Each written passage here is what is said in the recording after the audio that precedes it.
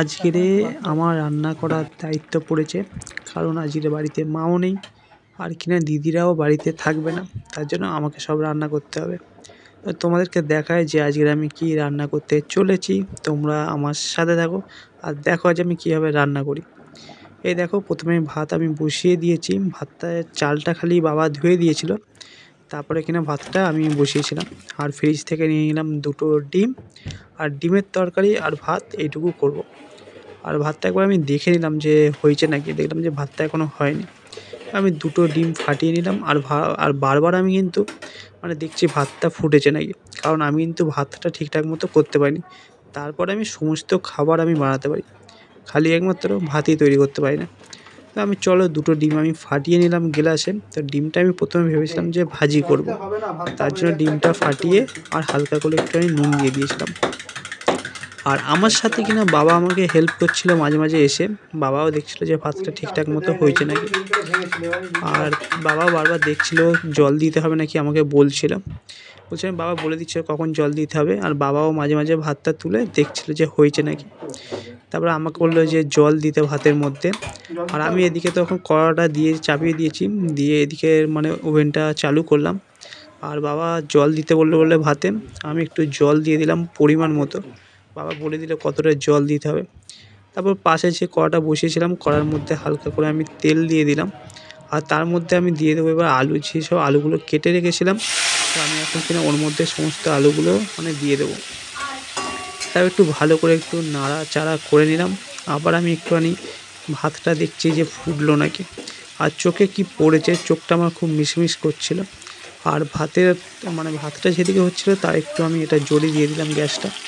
এই দেখো আমার আলু ভাজাটা হয়ে এসছে মোটামুটি। আর তারপরে আমি কিনা কেটে রেখেছিলাম পেঁয়াজ, আর ভাতে ফ্যান পড়ছিলো বলে আমি কিনা ভাতের সরাটা খুলে দিলাম, দিয়ে ভাতটা একটুখানি তুলে দেখলাম। তো দেখলাম যে ভাতটা মোটামুটি কিন্তু হয়ে গেছে, আর একটুখানি বাকি ছিল। আর যেখানে আলু টালু ছিল তার মধ্যে আমি পেঁয়াজটা দিয়ে দিলাম। পেঁয়াজটা দেওয়ার পরে কিন্তু তারপরে আমি ডিমটা ওর মধ্যে ঢেলে দিলাম, আলাদাভাবে আর আমি ভেজে নিইনি। যেখানেতে পেঁয়াজ আলুটা ভেজেছিলাম তার মধ্যে সেগুলো একটু সাইড করে, আর তার মধ্যে একেবারে আমি ডিমটাও ঢেলে দিলাম, দিয়ে একটু ভালো করে একটু নাড়াচাড়া করে নিচ্ছি, যাতে একটু ভুজিয়া টাইপের হয়ে যায়। আর দেখতেই পাচ্ছ ভুজিয়া টাইপের আস্তে আস্তে কিন্তু হয়ে গেছে। আর এবারে যা যা মশলা টশলা দিতে হয় সমস্ত রকম মশলা দেবো।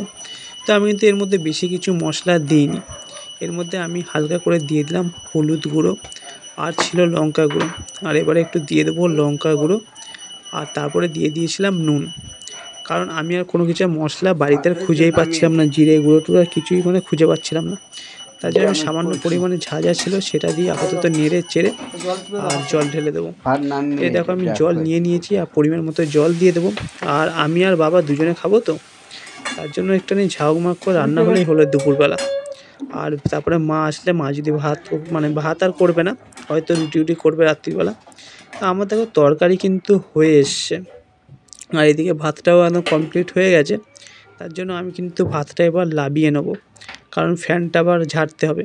আর সবচেয়ে বড় হচ্ছে এই জিনিসটায়, ভাতের ফ্যানটা গালাটা, তো আমি ঠিকঠাক মতো পারি না। আমি কিন্তু কখনও ফ্যান গালিনি, তাই আমি প্রথমবার ফ্যান গালবো ভাতের। আর এদিকে একবার তরকারিটা দেখে নিলাম, দেখে নিয়ে আরেকটু জল দিয়ে দিলাম, যাতে আলুগুলো কাঁচা না থাকে, পুরোপুরিভাবে যাতে সিদ্ধ হয়। আর তারপর একটা থালা নিয়ে ঢাকা দিয়ে দিলাম কড়াটার মধ্যে। আর এবারে আমি ফ্যান গালতে বসে গেলাম দুদিকে ধরে। আর গামলিটা কিনা অনেকটা বড় হয়ে গেছিলো, তার জন্য আমার একটু অসুবিধা হচ্ছিলাম। যাই হোক করে আমি ফ্যানটা গাললাম, আর কিনা হালকা হালকা কিন্তু ফ্যান ছিল ভাতের মধ্যে, তো যতটা পেরেছি ততটাই করলাম। আর এরকমভাবে আমি কখনো রান্না করিনি, আর অতটা অভিজ্ঞতাও ছিল না। হ্যাঁ, মাতা বলে অনেকবারই থাকতো না, তখন আমি একা থাকতাম। তো আমি পরোটা রুটি খেতে ভালোবাসি, তো অনেক সময় আমি পরোটা রুটি খেয়েও কাটিয়ে দিতাম, ভাত আর বসাতাম না। তারপরে মা এসে ভাত বসাতো, কিন্তু যেটুকু বাবা আছে তার জন্য কিনা ভাত আর এরকমভাবে ডিমের তরকারিটা আমি করলাম। তো আমার আপাতত কমপ্লিট হয়ে গেছে। আর বাবাকে যে ভাতটা বেড়ে দিচ্ছি, আর তারপরে আমিও কিনা ভাতটা বেড়ে নেবো। আমি ভাতটা যখন বাড়ছিলাম তো হালকা হালকা ফ্যান লাগছিলো, কারণ ফ্যানটা আমি ভালো করে ঝরাতে পারিনি। তো চলো, আর ডিমের তরকারিটা আমি খেয়ে বলবো যে কেমন হয়েছে। তোমার ডিমের তরকারিটা দেখতেই পাচ্ছ, কী বলবো, কেমন হয়েছে আমি নিজেও আপাতত জানি না যতক্ষণ না খাবো। আর আপাতত আমি অল্প করে ভাত নিয়ে নিলাম। এবারে আমি ডিমের ঝোলটা আমি একটু নেবো আর বাবাকে একটু দেবো। তো বাবাকে জিজ্ঞাসা করবো যে ডিমের ঝোলটা কেমন হয়েছে, ভালো হয়েছে নাকি। তো এইটুকু বলতে পারি, আমি যাই কিছু রান্না করি না কেন খাবার মতো হয়, এই না যে এত খাওয়ার মতো হয় না। আর আমি তরকারিপত্র সমস্ত কিছুই রান্না করতে পারি। একমাত্র কিন্তু আমি একটা জায়গায় দুর্বল, সেটা হচ্ছে আমি কিছুতে ভাত করতে পারি না রান্না। তো চলো, অনেক বকবক করলাম। এবারে যে বাবাকে একটু নুন দিয়ে দিলাম, আমি একটু নুন নিয়ে নিলাম। আর ভাতটা দেখতেই পাচ্ছ অনেকটা গরম, আর কিনা তার মধ্যে তরকারিটাও গরম। তো গরম গরম ভাত আর তরকারি নিয়ে খেতে আমি আরম্ভ করে দিলাম। আর এতটাই গরম ছিল যে আমি ঠিকঠাক মাখাতে পারছি না।